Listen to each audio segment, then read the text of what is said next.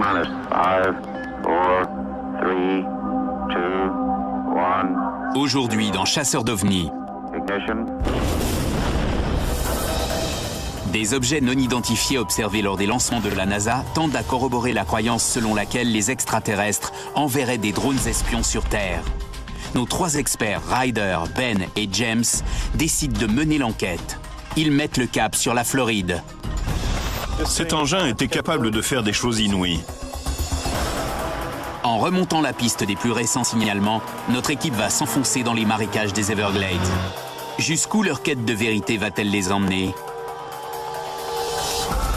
On n'est pas seul. Tu as vu quelque chose? Je suis dessus. Il y a quelque chose. C'est pas une technologie terrestre. Vous avez vu ça? On peut toujours trouver des explications rationnelles si on prend la peine de les chercher. Pour la première fois de ma vie, je me surprends à croire que les ovnis existent peut-être vraiment. Chercher des preuves, c'est toute ma vie. C'est le rêve pour moi. Oh la vache!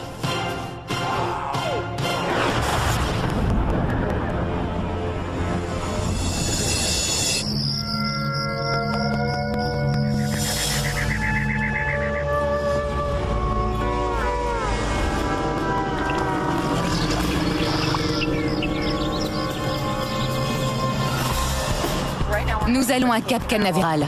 Les gens disent avoir vu des choses étranges lors des lancements de la NASA. Tout le monde connaît Cap Canaveral, au moins de nom. C'est là que se trouve la base spatiale Kennedy. Ce que l'on sait moins, c'est qu'il y a eu beaucoup de signalements d'ovnis dans la région, en particulier pendant les décollages des fusées. Une vidéo récente montre ce qui semble être un objet volant non identifié autour de la navette Endeavour.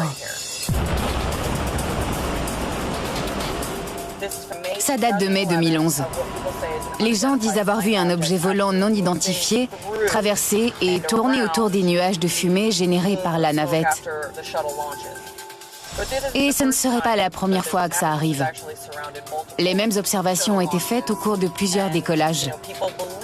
Les gens croient que les lancements sont surveillés par des engins extraterrestres non habités. Ces drones seraient là pour faire des études sur nous. Qui sait, ce sont peut-être des sondes, on en envoie des tas. Ça me paraît sensé. Si des extraterrestres voulaient explorer ou surveiller la Terre, ils le feraient probablement avec des sondes, tout comme nous. Pour être honnête, on dirait juste des insectes qui volent devant la caméra. Je pense qu'il faut d'abord chercher une explication plus terre-à-terre. Maintenant qu'on est à Cap Canaveral, où ont lieu les lancements et où ont été signalées les activités étranges, autant retrouver les témoins oculaires et voir ce qu'ils ont à dire. Bien sûr. Essayons de voir si ce qu'observent les gens lors des décollages peut avoir une explication rationnelle, ou si c'est quelque chose qui défie toute rationalité. La question est loin d'être tranchée. Ce n'est certes pas un cas isolé. Il y a eu d'autres signalements au cours d'autres lancements. D'après certains, ce seraient des sondes extraterrestres envoyées pour surveiller nos activités spatiales. Nous allons rejoindre un groupe d'observateurs assidus des lancements de la NASA. Combien de lancements avez-vous vu? Le nombre exact est incalculable. Tout m'intéresse, même les vols inhabités. Dès que j'apprends qu'il y a un lancement, je fonce à la rivière et je le regarde décoller. Qui a déjà vu un ovni? Intéressant. Il y en a eu plein dans les environs. Il y en avait déjà avant les lancements, mais au-dessus de l'océan. Moi, j'ai vu une chose briller dans les airs. Elle est devenue orange pendant une nanoseconde. Puis, elle a traversé lentement la route avant de disparaître d'un coup. J'ai cru en voir un jour. Mais il a aussitôt disparu. Les gens disent avoir observé d'étranges objets volants aux alentours des pistes de lancement. Nous avons donc décidé d'aller voir ça de nos propres yeux. Cap Canaveral n'est pas vraiment le genre d'endroit où on peut se balader la nuit et faire ce qu'on veut. La meilleure tactique reste encore l'approche par la mer.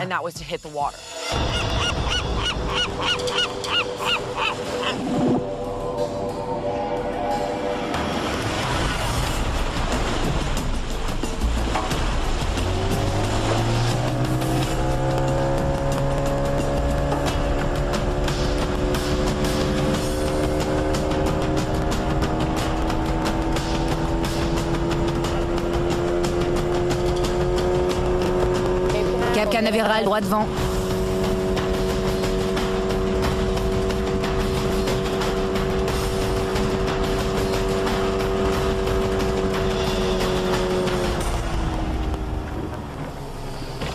On se rapproche de l'aire de lancement où les observations ont été faites. On se sépare là?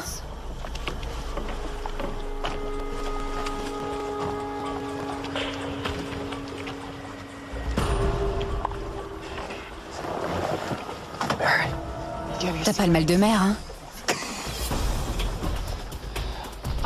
Bon, je crois qu'on est à une distance raisonnable. Si on approche encore, on risque d'éveiller des soupçons. Restons sur nos gardes. Ce n'est pas vraiment l'endroit où on aime voir les gens traîner la nuit. Je crois que c'est mieux si on prend le Zodiac pour se rapprocher le plus près possible.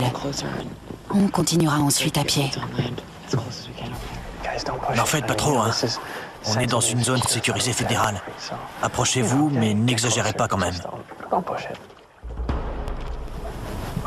Tu veux dire aller le plus loin possible? Je sais que t'es une casse-cou. James, c'est à toi d'assurer. Tu parles. Je vais faire en sorte qu'elle prenne des risques. Je m'inquiète pas pour ça. Allez. C'est parti.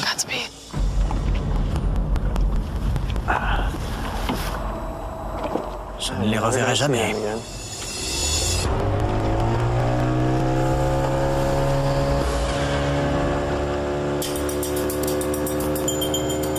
Je suis curieuse de voir jusqu'où on peut aller. Jusqu'au bout, non? J'espère bien. S'il n'y avait que James, je ne m'en ferais pas. Mais avec Ryder, on ne sait jamais jusqu'où ça peut aller.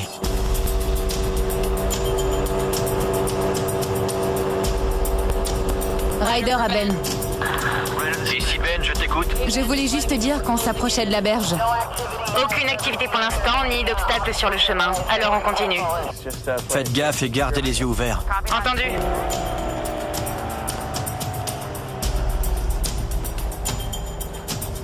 C'est déjà moins profond. Regarde, on voit le fond. On doit avoir quelques dizaines de centimètres d'eau à tout casser. On se rapproche. On ferait bien d'éteindre les lumières. Peut-être même couper le moteur.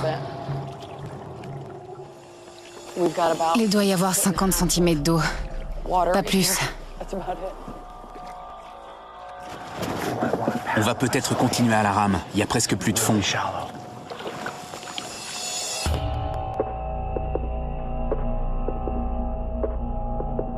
Ryder et James, vous me recevez?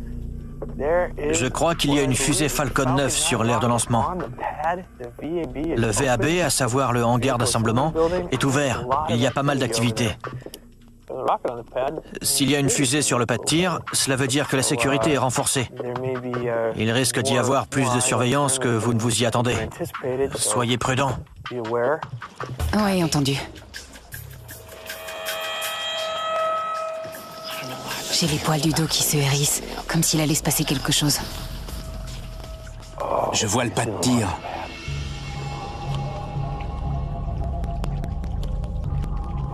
Tu vois ça? On dirait un orbe lumineux près du pas de tir. Ça brille. Il va vers le sol. Ouais, je vois ça. Il descend très vite. T'as vu jusqu'où il est descendu? Ça ne bouge pas lentement comme une planète. C'est très rapide.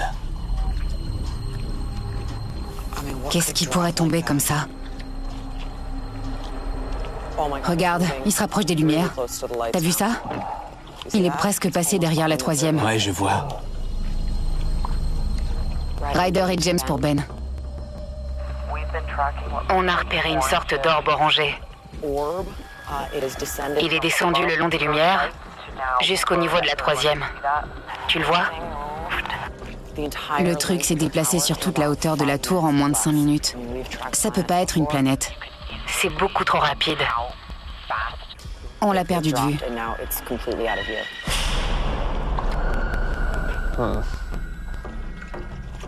On racle le fond.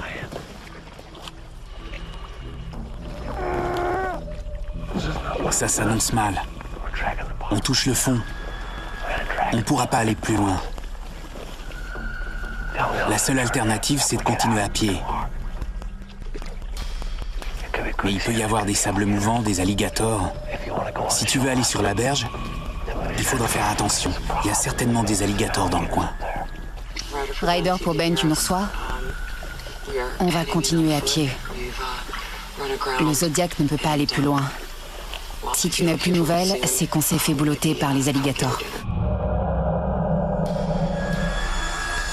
Allez, c'est parti.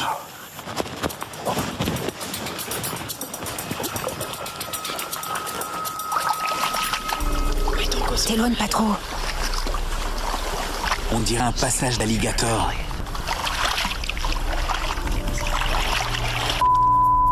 J'ai de la boue jusqu'aux genoux. T'as entendu? Ouais, C'est quoi ça? aucune idée. On dirait une grosse créature qui nage. T'as raison. Il y a quelque chose. Oh, ma jambe! Ça va? Ouais, je crois. On se fait bouffer par les moustiques. La vache! Ryder et James. Je vois un bateau à l'approche. On dirait qu'il vient de la berge et qu'il va vers vous. Entendu, on s'en va. On est en plein film d'horreur, le moteur démarre pas.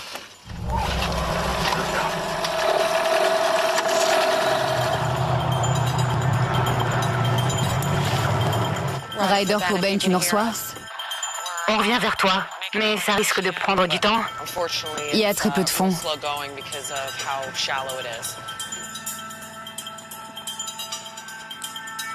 Il parcourt la berge avec des projecteurs. Il nous cherche. Entendu. En effet, je vois les projecteurs. Ils sont exactement là où on était. Il nous cherche. Je viens de voir une ombre. Ils ont éteint les projos. Il passe en mode furtif. Ça doit être les gardes-côtes. Ryder et James, ils continuent les recherches. J'ai l'impression qu'ils se dirigent de nouveau vers vous. On dégage. Tu m'étonnes.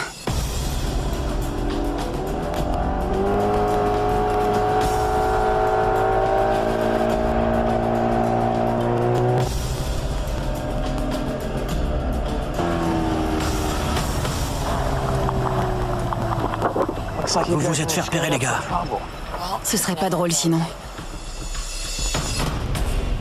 Les choses ne se sont pas passées comme prévu.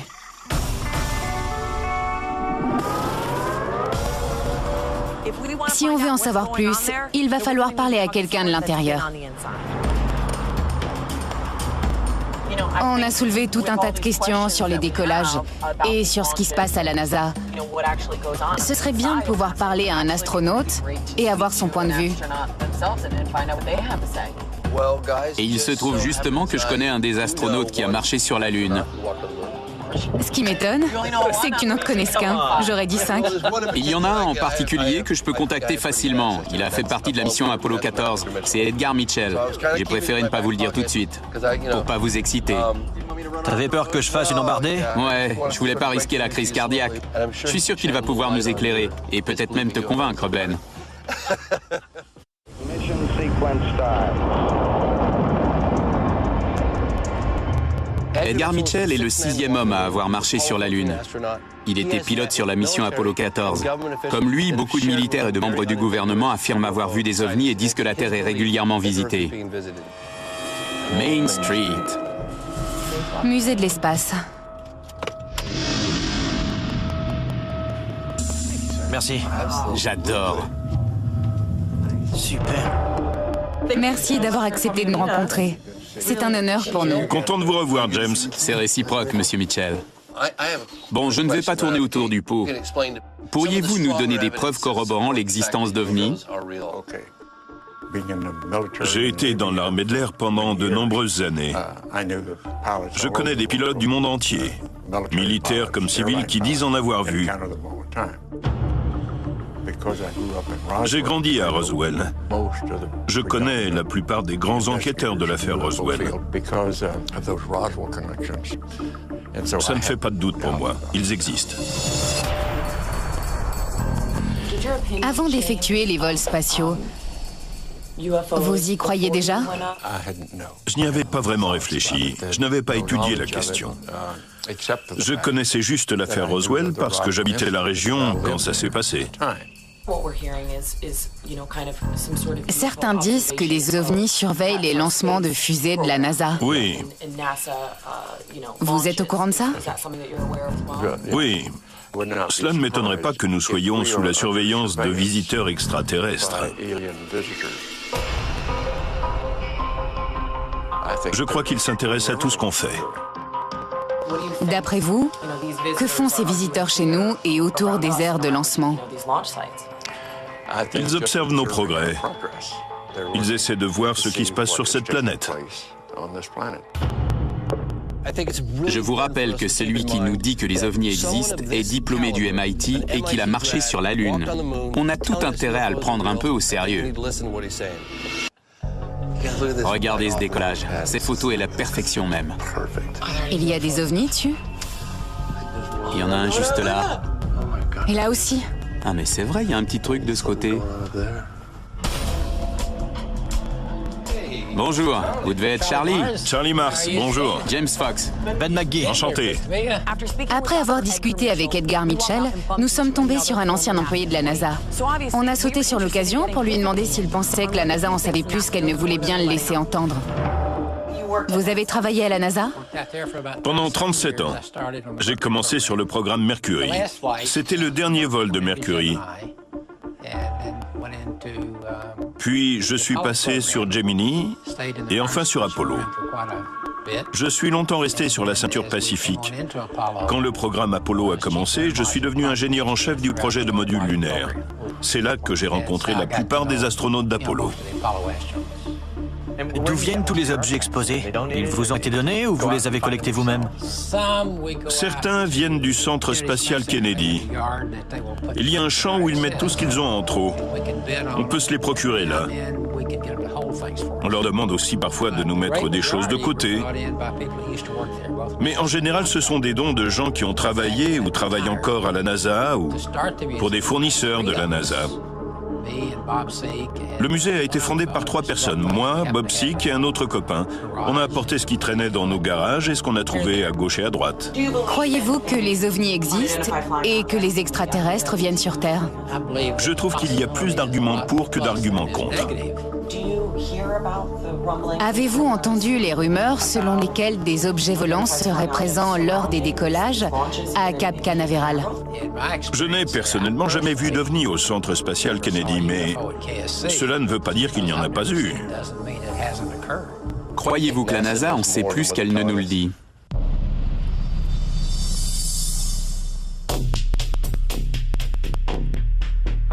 J'en suis certain. C'est une question de probabilité. Il n'y a pas besoin de voir quelque chose pour savoir qu'elle peut arriver et qu'elle est arrivée. On a des tas de témoignages et de données. Des gens les ont vus. Certains ont même été enlevés ou sont entrés en relation d'une façon ou d'une autre avec des êtres non identifiés. Voilà qu'un ancien employé de la NASA nous dit que les extraterrestres existent et que la NASA en sait plus qu'elle ne veut bien l'avouer au public. Je me demande ce qui se passe en Floride.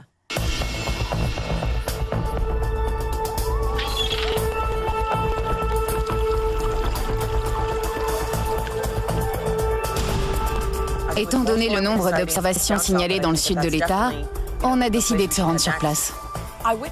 Les témoins oculaires semblent tous avoir vu un orbe lumineux dans les airs.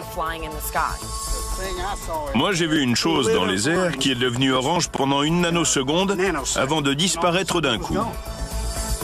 Nous avons rendez-vous avec un homme qui aurait vu et pris des photos de cette même chose. On est filmé. Il y en a une autre. Ah, j'ai vu. Bonjour. Bonjour, ça va? Bonjour. Bienvenue. Merci de nous recevoir. Le sergent Bruno n'est pas le témoin oculaire lambda. C'est un officier de police médaillé. Quand une personne comme lui dit qu'il a vu quelque chose, on n'a qu'une envie, lui parler. Faites-vous toujours partie de la police? Oui, je suis toujours dans les forces de l'ordre. T-minus 5, 4, 3, 2, 1. Aujourd'hui, dans Chasseurs d'OVNI, Ignition. des objets non identifiés observés lors des lancements de la NASA tendent à corroborer la croyance selon laquelle les extraterrestres enverraient des drones espions sur Terre. Nos 3 experts, Ryder, Ben et James, décident de mener l'enquête. Ils mettent le cap sur la Floride. Cet engin était capable de faire des choses inouïes. En remontant la piste des plus récents signalements, notre équipe va s'enfoncer dans les marécages des Everglades. Jusqu'où leur quête de vérité va-t-elle les emmener? On n'est pas seul. Tu as vu quelque chose? Je suis dessus. Il y a quelque chose. C'est pas une technologie terrestre. Vous avez vu ça? On peut toujours trouver des explications rationnelles si on prend la peine de les chercher. Pour la première fois de ma vie, je me surprends à croire que les ovnis existent peut-être vraiment. Chercher des preuves, c'est toute ma vie. C'est le rêve pour moi. Oh la vache!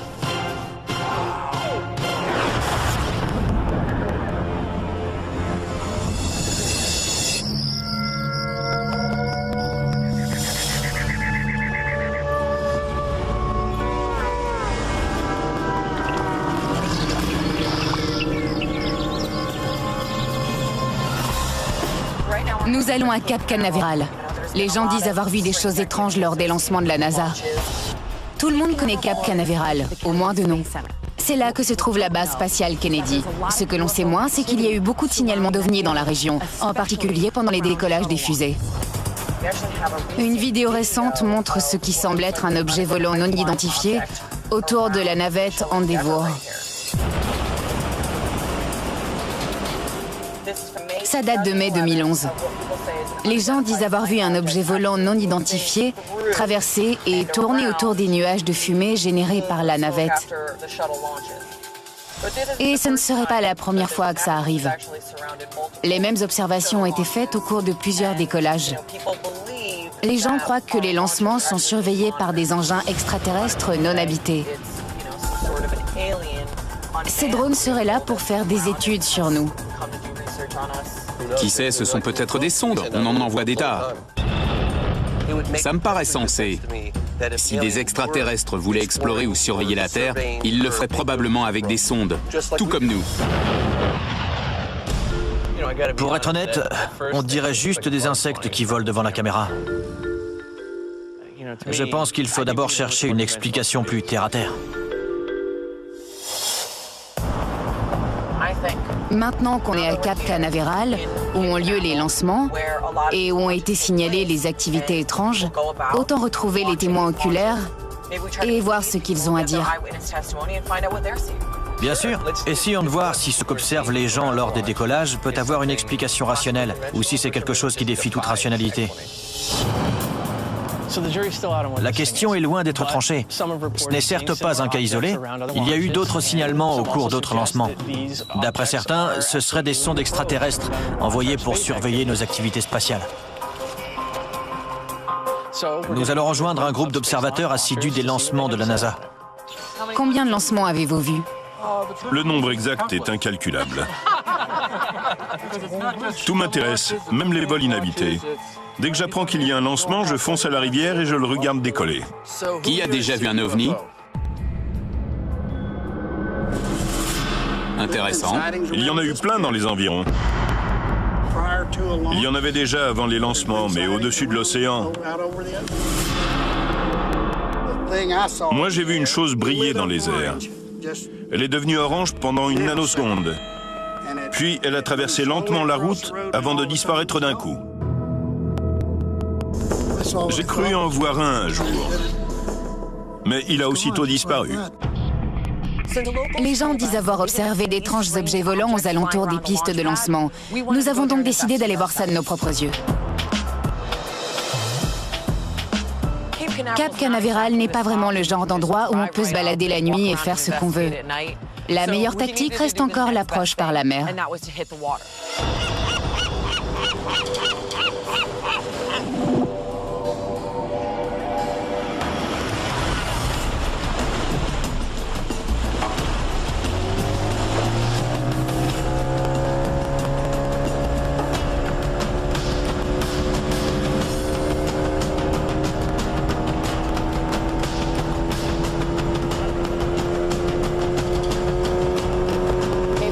Canaveral droit devant.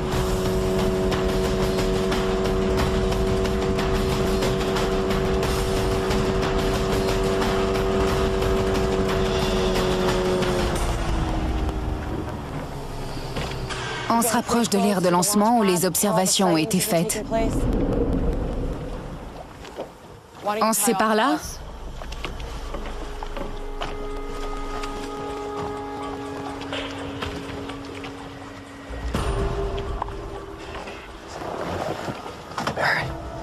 T'as pas le mal de mer, hein? Bon, je crois qu'on est à une distance raisonnable. Si on approche encore, on risque d'éveiller des soupçons. Restons sur nos gardes.